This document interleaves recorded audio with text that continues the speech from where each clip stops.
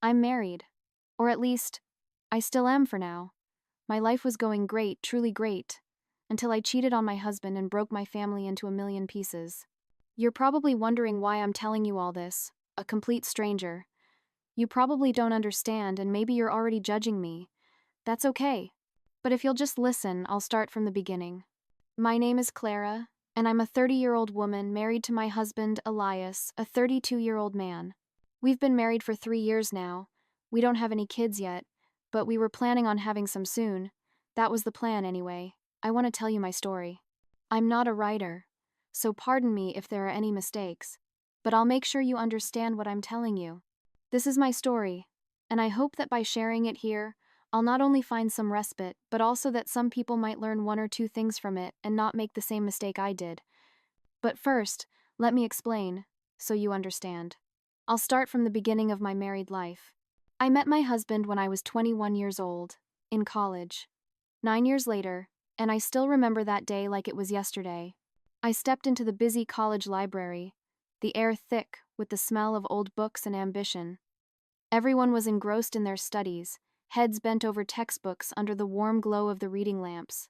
I was on a mission to find a philosophy book for an assignment, navigating through the tight bookshelves that felt like a labyrinth of human knowledge. As I reached for the specific volume I needed, my fingers brushed against another person's hand, both of us going for the same book. Surprised, I looked up to see a guy with warm brown eyes and a slightly awkward smile. "Sorry," he said, both of us letting go of the book at the same time. "No problem," I replied, a nervous laugh escaping me. It was Elias, a fellow freshman. Our eyes met, and there was this weird, immediate connection. A spark. We started chatting right there in the aisle, whispering about our classes, our favorite books, and of course, the confusing world of philosophy. The library, usually a quiet place for solo study, turned into the backdrop for something more. Our talks expanded beyond textbooks, and soon we were exploring life's complexities together. What was once a silent place filled with the rustling of pages now echoed with our quiet laughter and shared thoughts. Our chance encounters became deliberate meetings. We'd intentionally choose the same spot in the library, our little corner of shared musings. Soon we found ourselves inseparable, discussing dreams, fears, and everything in between amid the book-filled aisles. On our first date, Elias nervously suggested grabbing coffee, and I thought, why not? We picked a cozy local cafe, the air rich with the aroma of fresh coffee beans and the low hum of conversation. We sat across from each other, and Elias, with his friendly, constant smile, started sharing stories about his family and growing up, trying to make me feel comfortable. We chatted about everything from our favorite movies to our most embarrassing moments. It was so easygoing. I could feel that our connection wasn't just about the deep talks in the library. It ran deeper. After coffee, Elias suggested a walk in the nearby park. Under the soft glow of the streetlights, we strolled and talked about our dreams for the future. We found a bench, and that's when Elias admitted he played the guitar. I'd noticed he brought a guitar case with him, so I had my suspicions. Curious, I encouraged him to show off his skills. He pulled out his guitar, and suddenly, the public park turned into our own little private concert. He played and sang softly, and I felt like I was the only person in the world. After that, our relationship only grew stronger over the years. A few years later, Elias and I decided we were ready to tie the knot. Our journey together had been filled with laughs, shared moments, and so much love. We both felt that saying "I do" was the next natural step. After introducing each other to our families, it was clear that they were totally on board. They didn't just approve, they were excited to officially welcome us into each other's families. When it came to planning our wedding, we wanted something simple but meaningful. We found a cozy venue with an outdoor vibe for our small guest list of close friends and family. As we dove into the wedding prep, we worked together on everything, from choosing the food to creating a playlist that reflected our journey. We added personal touches, like a photo display of our college days and songs that held special meaning for us. The excitement built up as we thought about our vows, promises that really meant something to us. On our wedding day, we were surrounded by our favorite people. We exchanged our vows under twinkling lights and lush greenery. There were tears, laughter, and so much love. Our parents, who had seen us go from college sweethearts to this big day, were there cheering us on. To be honest, I hadn't even wanted to invite my own parents, but Elias had made me. He said it was an important day in our lives, and no matter what, they would always be my parents. Either way, the celebration continued with dancing, toasts, and moments we'll remember forever. Looking around at our friends and family, it hit us that this day wasn't just about us. It was about everyone who had supported and shaped our love. After that, things only got better for us. My husband Elias and I lived in this 3-bedroom apartment which he bought, and I was really proud of him. After graduating from college, Elias went through all the hurdles of medical school, then graduated and became a doctor. Though I can't say where for the sake of privacy, I, on the other hand, became a part-time teacher. My days off on the weekdays were Tuesdays and Thursdays, while I worked every Monday, Wednesday, and Friday. From someone who came from a very poor home, I would say this was a huge achievement for both of us, and I loved it. We were earning well and making very good money. The only issue we had was kids. Elias wanted kids, and I did too, but Elias felt like we weren't ready yet, because he felt I had some issues I needed to work through. Growing up in an abusive and difficult home with my siblings had undoubtedly left its mark. But I believed I was fine, and that therapy wouldn't really help. I had this skepticism about therapy, thinking it might be a bit of a scam, a money-making scheme exploiting people's problems. It's a common skepticism, but sometimes it's based on misunderstandings about what therapy really does. Life was tough for me growing up, and I knew it had left me with some issues that I never really dealt with. Elias, being caring and perceptive, noticed how my past could mess with our plans for the future. He wasn't being critical. He just wanted us to be rock solid before bringing kids into the mix. I was stubborn about getting professional help, thinking I could handle my problems on my own. Therapy felt like admitting defeat, or saying I couldn't deal with my own baggage. Deep down, I kept telling myself I was fine and that therapy wouldn't do anything for me. But maybe that was just my way of avoiding the tough stuff. However, I really wanted kids. I had sworn to myself that I would never let my kids be treated the way I was treated, and that I would give them all the love, affection, and kindness in the world that was never given to me or my siblings by my parents. In fact, I was desperate to have kids. I loved kids, but Elias would not relent until I had gone to therapy. So, I decided to go, just to get him off my back. Elias was so excited when I told him I finally wanted to go. In fact, he was there with me when I booked an appointment with the therapist, and the therapist was even recommended by Elias. I was to see the therapist on my next day off, which was a Thursday. On that day, I got dressed and left the house. Like I've said earlier, Elias was a doctor, and he had to be on call and available regardless of if he was at work or not. That meant he was always busy, though he tried his best to make time for us. As I stepped outside to get to my car, my attention shifted unexpectedly to our new neighbor. A young guy, probably in his early 22nd, caught my eye. He had this friendly, approachable vibe, and a genuine smile lit up his face. It was a refreshing sight. What really surprised me was his welcoming wave and, to my surprise, a playful wink accompanied it. I couldn't help but smile back, waving in return. It was a small yet sweet moment, a brief interruption from the thoughts swirling in my head. Leaving for therapy with that friendly exchange freshened my mind. I couldn't help but feel a bit lighter. My neighbor was very handsome, and I couldn't help but wonder if he was single or not. Or what if I was married to him and not Elias? Stupid, I know, but back there in my head it was just harmless fantasizing. Or so I thought. Honestly, I walked into therapy with a mix of hope and nerves, thinking it might help me untangle the mess of my past. But the whole thing turned out to be a letdown. The therapist seemed more interested in assuming things about me than actually listening. Every time I tried to share something, they'd interrupt or jump to conclusions, like they had my whole life story figured out before I even said a word. It felt like they had a script in their head and were just going through the motions. As the frustration built up, I couldn't take it anymore.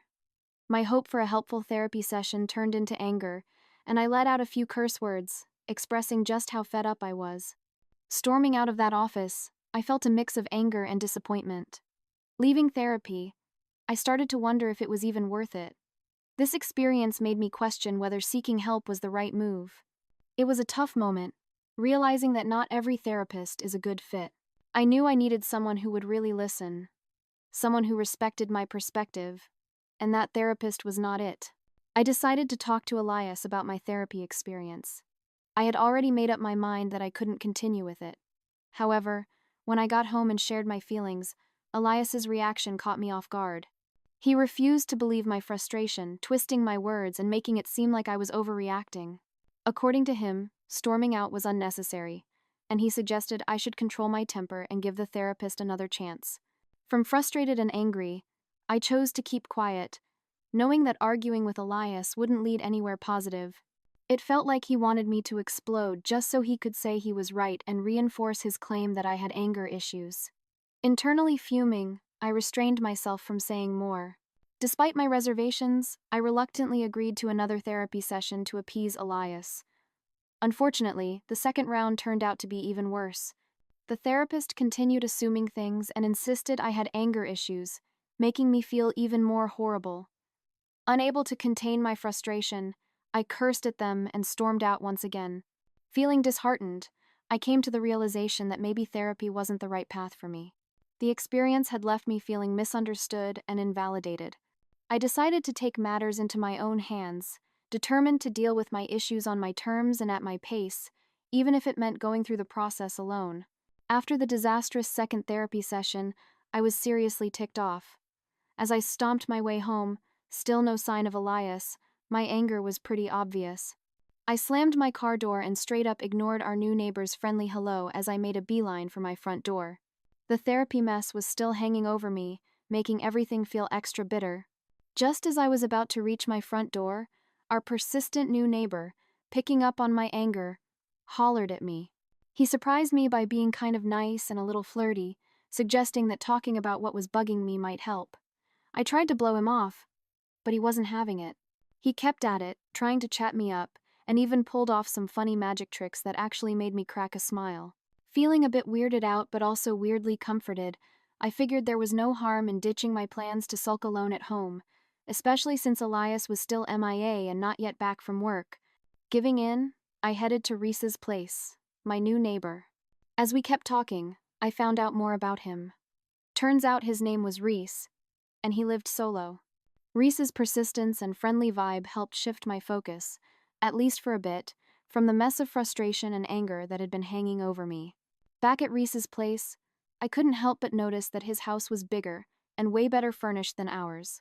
My curiosity got the best of me, and I asked him straight up how he could afford all this. Turns out, he was a trust fund kid. That made sense, as I had also previously noticed he had a cool car. Reese continued being a great host, keeping the vibe light and making me laugh. We discovered we had similar tastes in movies and books, sparking a few friendly arguments along the way. Reese even dared to boldly claim that the Hunger Games movies were better than Harry Potter. I strongly disagreed and stood my ground. Chilling at Reese's place turned out to be way better than I thought. We were just vibing, chatting, and his easygoing style started growing on me. The more we talked, the more I noticed these little things about him that just made me smile. So, Reese suggests we watch a movie, and I'm like, sure, why not? As we kicked back for the movie, I started feeling something more. It hit me that the laughter, our shared interests, and Reese's genuine niceness were making me see him in a different light. I was low-key catching feelings for Reese, and it caught me off guard. I was a married woman in my early 30s, and here I was, flirting with someone I barely knew who was way younger than me. I barely knew him, and still, yet here I was, feeling attracted and flirting with him. Maybe it was the temporary resentment and anger I was feeling at both Elias and the therapist, but I desperately wanted to punish and get back at Elias. It barely took time. A few minutes into the movie, and Reese and I were on each other. We both knew from the moment he invited me in, and I obliged that we were going somewhere and crossing boundaries we weren't supposed to cross. Reese and I got intimate, and I cheated on Elias. By the time we were done, a few hours had passed, but Elias still wasn't back. I was horrified at what I had done, and soon after, I quickly left Reese's house and went back home. And honestly, in a few days, I went through all the stages that a cheater went through. I first contemplated telling Elias, but quickly crossed that out as I knew he would never forgive me. I also lied to him about going to therapy, even though I had stormed out. I felt so guilty. I judged myself multiple times in my mind, and I even ignored Reese, no matter how many times he tried to reach out to me. However, soon after, I decided I would continue my affair with Reese. I would make sure Elias never found out by using therapy as an excuse. Instead of going to that horrible, judgmental, and presumptuous therapist, I decided I would just lie to Elias that I was going and spend my time at Reese's. My plan was foolproof. Or so I thought. I soon approached Reese and told him what I wanted. I wanted us to continue the affair. I told him I felt lonely as Elias barely had any time for me and basically downplayed Elias in his eyes. He agreed, of course, and soon we were having a secret affair. When Elias would think I was off to therapy on my off days, I would actually be at Reese's. I would wait for Elias to leave and head to work at the hospital before I would go to Reese's and spend the day with him. I started feeling and acting happier. Reese had a way of uplifting one's mood, no matter how sad and angry you were. Elias noticed these changes in my mood, and he happily thought that it was therapy that was making me this happy. Elias would tease me about the day I said I would never go to therapy again after angrily coming home. He would ask me to compare the sad me on that day to the happy me of nowadays. He would comment on how happy he was that therapy had made me happier, and that I should be grateful to him for pushing me to continue on to therapy. I would just smirk in my mind and agree with him. That continued on for a long time. Elias would think I was at therapy, but I would be at Reese's. On the fateful day my secret was finally exposed, everything went on as usual. I waited for Elias to leave the house and head to the hospital. I kissed him goodbye and watched his car leave the driveway. Then I dressed and headed out to Reese's. Then I proceeded to spend the day with him. We had fun like usual. We were intimate. Then we had breakfast and even lunch together and watched a bunch of movies. Elias had mentioned to me that he ordered something online and expected it to be delivered that day, so I decided to go to the house and check if the item had been delivered, as I hadn't really been watching out for it. However, before I even got to the house, I noticed that Elias was on our front porch, standing and staring at me. I knew he had seen me coming out of Reese's house. Deciding to play it cool, I walked up to him and tried to pretend and lie that Reese had recently bought an IKEA furniture that needed assembling and that I had gone to help him with the assembling. However, it was pretty clear Elias didn't believe me. He just shook his head and walked inside the house. I continued trying to defend myself, but it was no use. I had been caught. Elias laid it into me. He was so angry, he couldn't even keep his words straight. He was stuttering. He asked me why I hadn't been going to therapy. I was shocked. I asked him how he had known, and he told me a few days earlier he had called the therapist to thank him for my improvement, and the therapist had been surprised and told him that I never went to another session after the two where I stormed out. Elias said he had wanted to confront me, but he had wondered where I always went if I didn't go to therapy. So he waited a few days to watch me, and now my secret was open. Elias was so heartbroken. He wondered what I had seen in the new neighbor. I tried to beg him, but he refused to listen. He told me he was never getting over this betrayal, and that we were done. He told me he wanted me out of his house before he came back, and that he would make sure to inform everyone about what I had done. No amount of begging made him change his mind. I begged and cried and even knelt. But Elias was adamant. He wanted me out, and he wanted a divorce. He then left, presumably to work. I was heartbroken. I had ruined my marriage with my own hands. I cried for hours on end before realizing that I had no choice but to pack my stuff and leave, and also hoped that Elias eventually forgave me and let me back into the house. I didn't want a divorce. I loved my husband, but there was nothing I could do as I was greatly at fault. I went over to Reese's and told him what happened. He said he had wondered where I went because I had told him I would only take a few minutes to check if the package had arrived. Reese also said that he had noticed Elias's car in the driveway and assumed I was waiting for him to leave first before coming back over. I honestly thought maybe Reese would take me in since Elias had kicked me out, but he vehemently refused. I was shocked. I thought he liked me, but Reese revealed I was just a means to an end and that he never liked me. He even laughed in my face and said he couldn't stay with a dishonest woman before kicking me out. I was stunned. My heart had been broken twice in one day, and worst of all, I had broken and destroyed my marriage, all for someone who saw me as a means to an end. Soon enough, my phone started buzzing, and everyone was calling. Elias's parents called, and when they saw I wouldn't pick up, they sent me insulting texts about how I should be ashamed of myself. Even my parents called, but I refused to pick up. I was already in low contact with them, so I was even surprised Elias had called them and told them what happened when he knew I didn't like talking to them. The only people's call I picked were my brothers. I was in tears as I explained to them what happened, and even though they were angry at first and even scolded me, they also gave me a 30-minute lecture about how what I had done was so wrong. But at the end of the day, I would always be family. They couldn't abandon me in my time of need, and so they came over immediately and helped me pack my stuff and took me to stay with one of them. I'm currently in my brother's house, and all I can say to you guys is I regret everything.